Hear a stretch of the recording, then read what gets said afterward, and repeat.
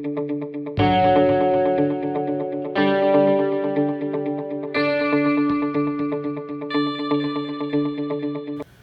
dia a todos, bom dia a todas. Eu sou o professor Lucas Lopardi Franco, eu sou professor na Faculdade de Ciências Farmacêuticas da Universidade Federal de Alfenas.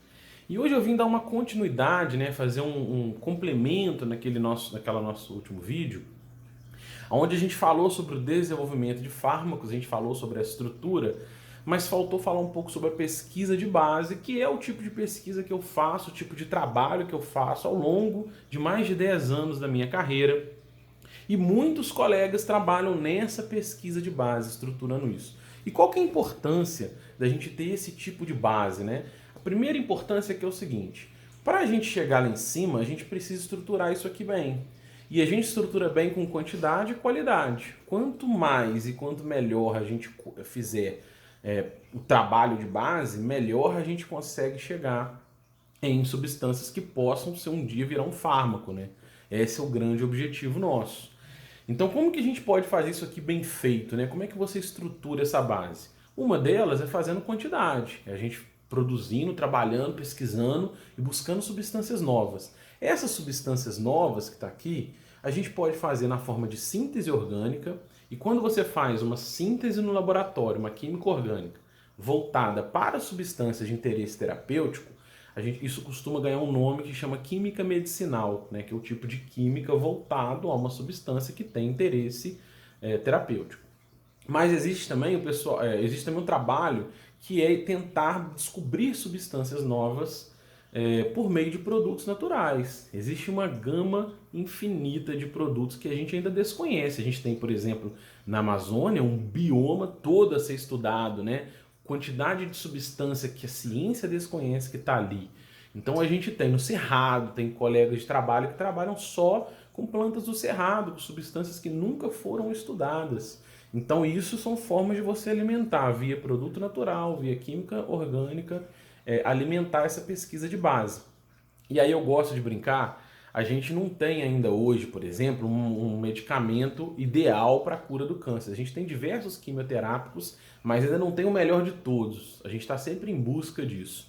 E apesar de que a gente pode colocar que câncer não é uma doença, né? Eu falo isso para meus alunos. Câncer ele é um pacote de doenças diferentes que a gente coloca na mesma bolsa, porque elas têm em comum a multiplicação exagerada de células, né? É isso, resumidamente é isso.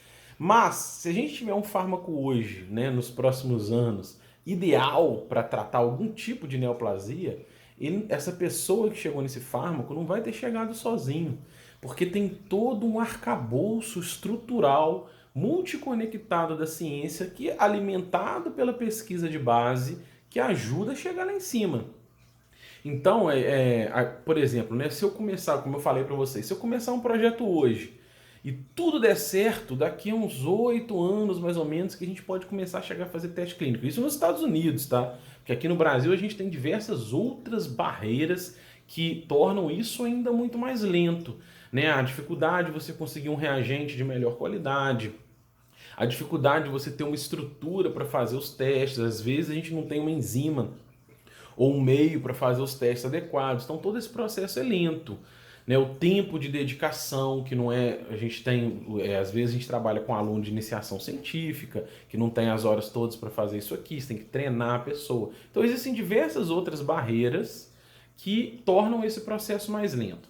Mas, como que a gente qualifica isso? Né? Como é que você qualifica isso? Existe uma área que chama bioinformática, onde você tem um respaldo computacional para fazer um planejamento mais adequado de fármacos, que a gente chama de planejamento racional de fármacos. É uma das formas. Tá? Eu estou só dando alguns exemplos. Uma outra forma é um estudo bem estruturado na literatura. Então, se eu começar um projeto hoje, eu comecei um projeto com meus alunos de iniciação científica esse semestre. O que a gente faz? A gente faz o que é chamado de revisão bibliográfica. A gente vai à literatura e estuda tudo que foi feito para aquele tema. Se meu tema, por exemplo, é agora virose, eu quero desenvolver uma substância eficiente para o Covid-19, para o SARS-CoV-2.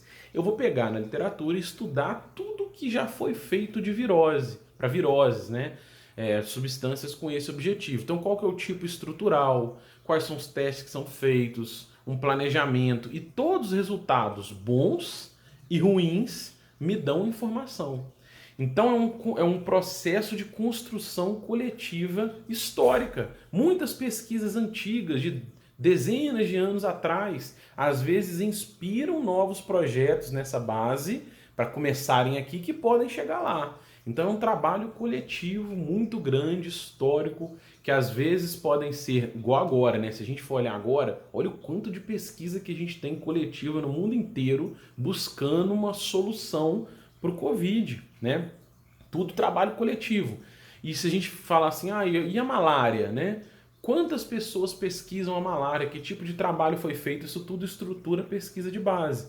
Então o nosso objetivo é claro que é alargar essa pirâmide, né? A gente ter mais qualidade aqui embaixo, mas se a gente tirar a quantidade, a gente está tirando essa multidisciplinaridade, essa multi-opções que a gente tem, que são diversos trabalhos que somam para um chegar lá. Então isso que é a importância aqui da pesquisa de base. Todos esses trabalhos de pesquisa de base, eles são relevantes para que alguém consiga chegar em resultados aplicáveis, né, na ciência aplicada e num fármaco no final. Então aqui a gente tem um trabalho duplo, né, uma importância dupla. Além de quantidade e qualidade para melhorar a base dessa pirâmide, são mais pessoas também, porque normalmente, principalmente na pesquisa de base, se bem que em todas as pesquisas, né, a gente está alimentando novos pesquisadores, novas pessoas que vão aprender o processo e vão no futuro aumentar a quantidade de grupos que trabalham nesse tipo de estrutura.